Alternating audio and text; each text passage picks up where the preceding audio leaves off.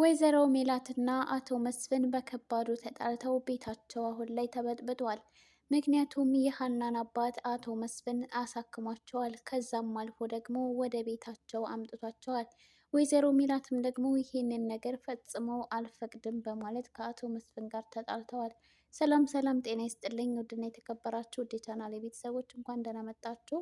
ላይክ ሰብስክራይብ ለምታደርጉ ከልብ እያመሰገንኩኝ አሁንም ላይክ ሰብስክራይብ አድርጉ። ለእናንተ ምንም አይጎዳችሁም አይከፈልበትም። ለእኔ ግን ስለሚያስፈልገኝ ላይክ ሰብስክራይብ አድርጉኝ ውዶችዬ።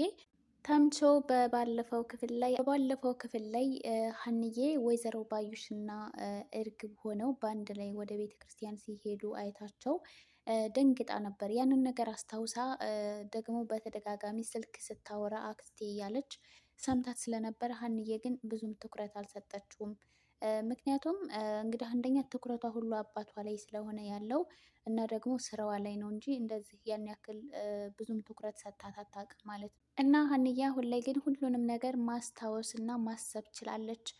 አቶ ኖላዊ ወደነ ወይዘሮ ሜላት ቤት መጥተዋል። ወይዘሮ ሜላት እንግዲህ የሀንዬን አባት ስታያቸው ቆይ ይህን ሰውዬ የት ነው የማውቃቸው? ፊታቸው አዲስ አልሆነብኝም እያለች ትወዛገባለች። ከዛ በኋላ ወይዘሮ ሜላት የሀንዬን አባት የት እንደምታውቃቸው ታስታውሳለች።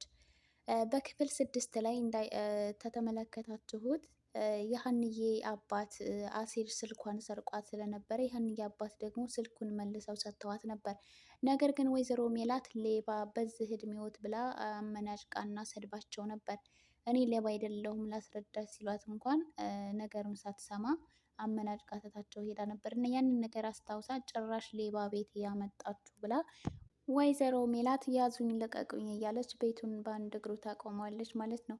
እና አቶ መስፍንም ሊያረጋጋት ቢሞክርም እንደዚሁም ደግሞ ሰላምም ምናሴም ምንም ሊያረጋጋት ቢሞክርም ነገር ግን እሷ ልትረጋጋ አልቻለችም። ሰላምዬም እናቷን ቆይ አንቺ መቼ እስከ መቼ ነው በሰው ፊት አንገታችን የምታስደፊን እያለች እናቷን በጣም ትናገራታለች። ከዛ እርግብም ደግሞ እናቴን እንዴት እንደዚህ ትናገሪያለች በማለት ከሰላም ጋር ይያዛሉ። ሰላምም ደግሞ አንቺ የሚመለከትሽ ነገር የለም ብላ እርግብን በጥፊ ትመታታለች። ወይዘሮ ሜላት ሀናን በዛም ብለሽ በዚህ አልሳካ ሲልሽ ጭራሽ ደግሞ አሁን ሌባ አባትሽን ይዘሽብኝ መጣሽ ቤቴ ስትል ሀናን ትናገራታለች። ሀና ምንም አስተዋይና ትዕግስተኛ ብትሆንም ነገር ግን በአባቷ ጭራሽ ድርድር አታውቅም። ከዛ ወይዘሮ ሜላትንም ለብዙ ጊዜ አብራት በቆየችበት ጊዜ ቀና ብላ እንኳን ተናግራት አታውቅም።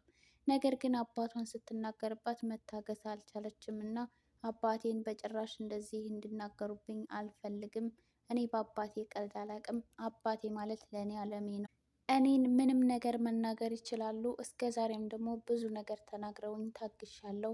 ግን በአባቴ መታገስ አልችልም ብላ ሀንዬ ወይዘሮ ሜላት ላይ ትጮህባታለች። የሀንዬ አባት ደግሞ በጣም አስተዋይና ረጋ ያሉ ቃለ እግዚአብሔርን የሚያውቁ ሰው ስለሆኑ ነገሩን ለማብረድ እና ሁሉንም ለማረጋጋት ችለዋል። አቶ መስፍንም ወይዘሮ ሜላትን ቆይ ምን እየሆንሽ ነው? ግን አንቺ ጤነኛ ነሽ? ቀን ከቀን እኮ እያበድሽ እየመሰለኝ ነው ብሎ ይናገራታል። ከዛ ወይዘሮ ሜላትም ደግሞ ጭራሽ እኔን እብድ አልከኝ? ቆይ እናንተ ሰዎች ሁላችሁ ምን ሆናችኋል? ይቺ ልጅ ቆይ ምንድን ነው ያስነካቻችሁ? እያለች ትጮኋለች። ከዛ የሀንዬ አባት ነገሩ ስላልገባቸው በጣም ተወዛግበዋል። ነገር ግን በዛም ብሎ በዚህ ነገሩን ለማብረድ እና ሁሉንም ለማረጋጋት ችለዋል። ውድ ቤተሰቦቼ ሁላችሁም ላይክ ሰብስክራይብ ማድረጋችሁ እንዳትረሱ።